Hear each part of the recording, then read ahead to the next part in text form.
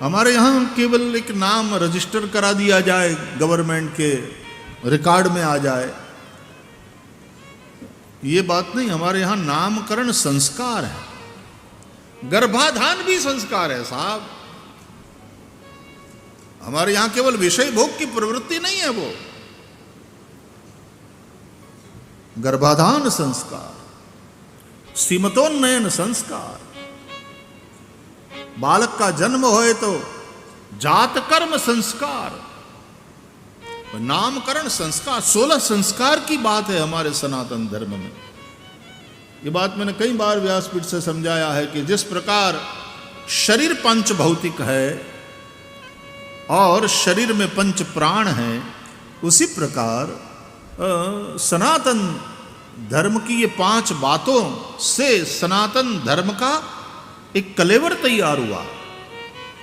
इन 5 में से एक भी कम कर दो तो सनातन सनातन नहीं रहेगा।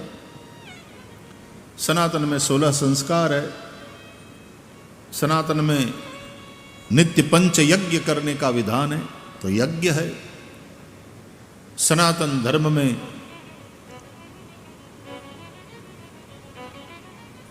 वर्ण व्यवस्था है, 4 वर्ण की।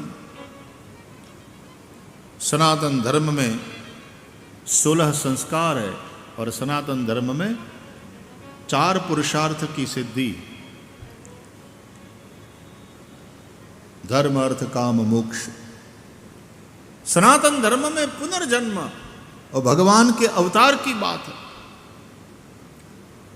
तो यहाँ यज्ञ है, यहाँ 16 संस्कार है, यहाँ वर्ण व्यवस्था है, यहाँ पंच यज्ञ है, यहाँ पुनर्जन्म है। 5 तत्वों से जिस प्रकार शरीर बनता है हमारा, उसी प्रकार सनातन का भी कलेवर इन 5 बातों से बना।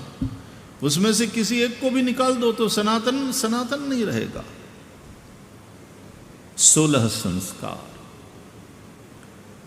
पंच यज्ञ, वर्ण व्यवस्था, चतुर्विध पुरुषार्थ को सिद्ध करना, पुनर्जन्म। हमारे यहां हम पुनर्जन्म को मानते हैं। जीव का तो पुनर्जन्म होता है, लेकिन भगवान भी अवतरित होते हैं। मतलब हम आवे तो भगवान क्यों नहीं आवे, वो भी आवे। तो हमको आना पड़ता है, कर्मवश आना पड़ता है, और भगवान का आना होता है करुणावश। वे कृपा पूर्वक प्रकट होते हैं। भय प्रगट कृपाला दीन दयाला। तो जीव का पुनर्जन्म, भगवान का अवतार, भगवान का प्रागट्य, ये सनातन में, खास करके भक्ति मार्ग में है।